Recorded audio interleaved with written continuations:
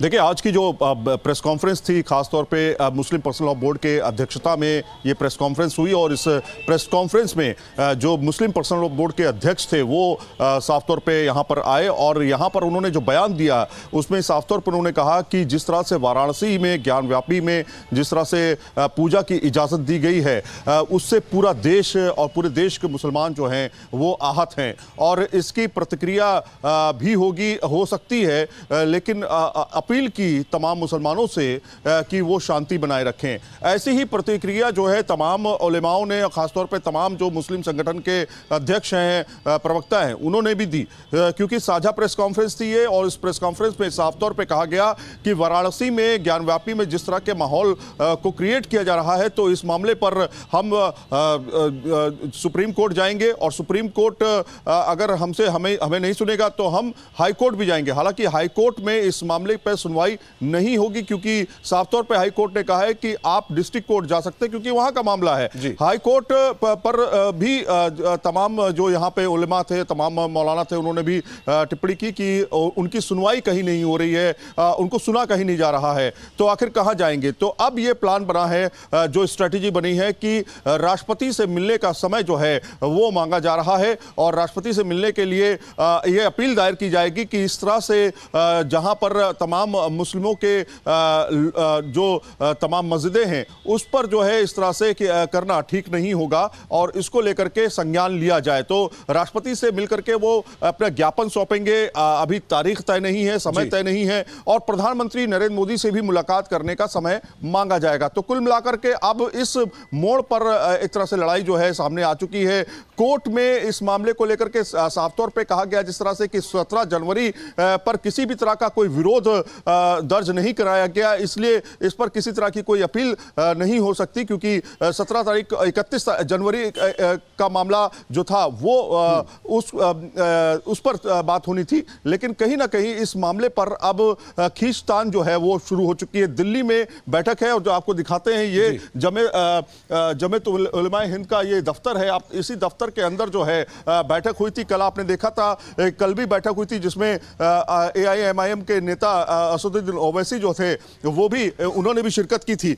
लेकिन इसके पेच क्या है, इसको समझने के लिए हम लाइव थोड़ा सा जुड़ेंगे। सर, केवल एक स्ट्रेटेजी पर सवाल है छोटा सा कि आगे का क्या प्लान है आप लोगों का, क्या स्ट्रेटेजी अपना रहे हैं आप लोग? एक तो हमने कोर्ट का फैसला किया है कि कोर्ट में आगे लड़ाई लड़ी जाएगी कोर्ट में, और सुप्रीम कोर्ट में अभी बाकी है। फिर उसके बाद जो है प्रेसिडेंट ऑफ इंडिया से मिलने का हमने प्रोग्राम बनाया। अच्छा, तो मतलब राष्ट्रपति से भी मिलने का समय आप लोग ने मांगा है? जी। तो उनसे क्या बातचीत होगी, उनसे क्या आप लोग ज्ञापन सौंपेंगे? उनसे जो हम अब ये हालात जो ये हुए हैं और इसके बारे में बात होगी, उनके सामने रखेंगे। तो कहीं ना कहीं आप देखिए जो स्ट्रैटेजी बनाई जा रही है खासतौर पे तमाम उलेमाओं की तरफ से, तमाम मुस्लिम संगठनों की तरफ से, वो ये है कि राष्ट्रपति से मिलने का समय जो है मांगा गया है और कानूनी लड़ाई जो है वो कानून के तरीके से जो है लड़ने की बात कही जा रही है। लेकिन हाँ, ये ज़रूर कहा गया है इसमें, इस पूरी बैठक में कि तमाम जो पूरा देश में मुसलमान हैं उनको उनकी भावनाओं को आहत किया गया है और अगर कब तक आहत रहेंगे मुसलमान, इस तरह की बातें जो हैं वो कही गई हैं। तो कहीं ना कहीं इस पर जो है बात करने के लिए उनको बुला लीजिए। सर, थोड़ा सा मुस्लिम पर्सनल लॉ बोर्ड से 2 लाइनें सर, 2 मिनट के लिए, 2 मिनट लाइव में हम जुड़े हुए हैं। एक शब्द आपसे सुनना चाहते हैं कि आगे की स्ट्रेटेजी की सब कुछ समझ चुके हैं प्रेस कॉन्फ्रेंस में, आगे की रणनीति सर क्या होगी, बस इस पर थोड़ा सा मुस्लिम पर्सनल लॉ बोर्ड से अध्यक्ष हमारे साथ जुड़ चुके हैं। देखिए, एक बात यह है कि मुस्लिम पर्सनल लॉ बोर्ड का उसूल ये है कि वो जो भी कार्रवाई करता है कानून के दायरे में रहते हुए और अमन का ख्याल रखते हुए। तो हम इस लड़ाई को लड़ेंगे इंशाअल्लाह, जो भी कानून के दायरे में जो भी अमल होगा, और मुसलमान इस लड़ाई को तनहा नहीं लड़ेगा क्योंकि ये सिर्फ मुसलमानों का मसला नहीं है, ये इस मुल्क में इंसाफ का मसला है। ये इस बात का इससे ताल्लुक़ है कि यहाँ संविधान की हुक्मरानी होगी या लोगों की आस्था की बुनियाद पर फैसले होंगे। तो हम इंशाअल्लाह उसके लिए कोशिशें करते रहेंगे और जैसा मौका होगा आपने ये भी कहा था कि बस अब छोड़ दिए तो अच्छा फ्लाइट पकड़नी है। तो कुल मिलाकर के अभी आप जो सुन रहे थे न्यूज़ नेशन पे एक्सक्लूसिव, जिस तरह से मुस्लिम पर्सनल लॉ बोर्ड के अध्यक्ष जो हैं उन्होंने न्यूज़ स्टेट पे साफ तौर पे कहा है कि कानूनी लड़ाई जो है कानून के तरीके से लड़ी जाएगी। हालांकि ये स्ट्रैटेजी का एक हिस्सा है कि राष्ट्रपति से मुलाकात करके वो ज्ञापन सौंपेंगे और अपनी बात जो है रखेंगे, ताकि देश में एक मैसेज जा सके और यहाँ से भी एक मैसेज जाए, और ऐसी बैठकें जो हैं आगे तमाम मुद्दों पे जो है होती रहेंगी। ठीक है, वाराणसी का रुख करते हैं। सुशांत हमारे साथ जुड़े हुए हैं। सुशांत, जाहिर तौर पर आज की तस्वीर अलग है थोड़ी वाराणसी की। दूसरी ओर जो प्रेस कॉन्फ्रेंस दिल्ली में हुई, कई बातें निकलकर सामने आई, चाहे वो कोर्ट के फैसले को लेकर हो, उस पर सवाल उठाया गया, इसे जल्दबाजी करार दी गई, यह भी कहा गया कि हमारा पक्ष नहीं सुना गया। तीसरी तरफ इस्लाम का हवाला दिया गया, लाचारगी बेचारगी भी जाहिर की गई, लेकिन एक चीज यह भी कही गई कि मुसलमान जिस दिन सब्र छोड़ देगा उस दिन भारत को नुकसान होगा। जाहिर तौर पर अपना मैसेज भी क्लियर कर गए और यह भी कह गए कि संविधान के दायरे में रहकर लड़ाई लड़ेंगे। तो कोर्ट का फैसला था, यह कहना चाहिए था कि कोर्ट के हिसाब से ही, कानून के हिसाब से ही आगे लड़ाई लड़ी जाएगी।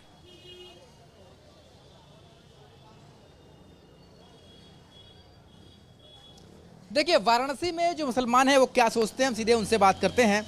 ये बताइए, अभी आज मुस्लिम पर्सनल बोर्ड ने प्रेस कॉन्फ्रेंस की और कहा कि 20 करोड़ मुसलमान जो हैं वो कहीं ना कहीं से इस फैसले से बेहद आहत है और इस फैसले से वो बिल्कुल सहमत नहीं है।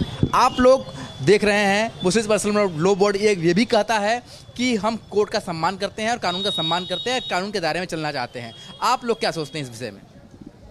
शुरू अल्लाह के नाम से जो निहायत रहीम रहम करने वाला। मैं सरफराज अहमद, राष्ट्रीय बुनकर एक्शन कमेटी का ऑल इंडिया प्रेसिडेंट।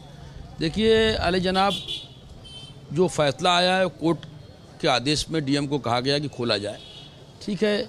इसके पहले भी एक आदेश आया कि अंदर जो इसको फव्वारा और सीलिंग मारा या के बाद विवाद था, उसमें एक कमेटी बनाई गई जो उसको क्या बोलते हैं, काउंसलिंग कमेटी जो थी, काउंसिल बनाया गया कि सारे दोनों पक्षों के वकील और दोनों पक्ष मौजूद रहेंगे। तो जब आदेश था तो आपको फिर क्या दिक्कत थी रात के अंधेरे में करने की? सबको सहयोग मिले के सबको बता के करते हैं। बस इतनी सी बात थी कि अगर आघात पहुंचा है कहीं ना कहीं तो रोष सही है, इसमें दो राय नहीं है भाई। मस्जिद परिसर के अंदर पूजा, और हम लोग बाबा विश्वनाथ का सम्मान करते हैं और बाबा विश्वनाथ की पूजा में हम लोग हमेशा सहयोग बढ़ चढ़ के रहते हैं।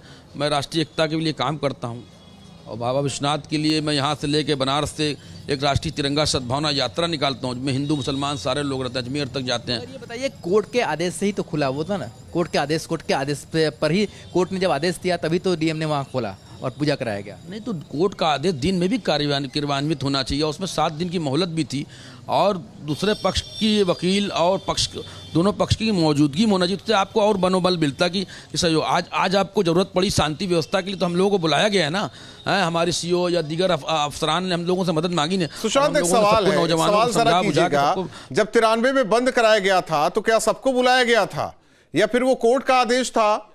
कैसे ये बंद किया गया? व्यास जी का तहखाना बंद कैसे किया गया था?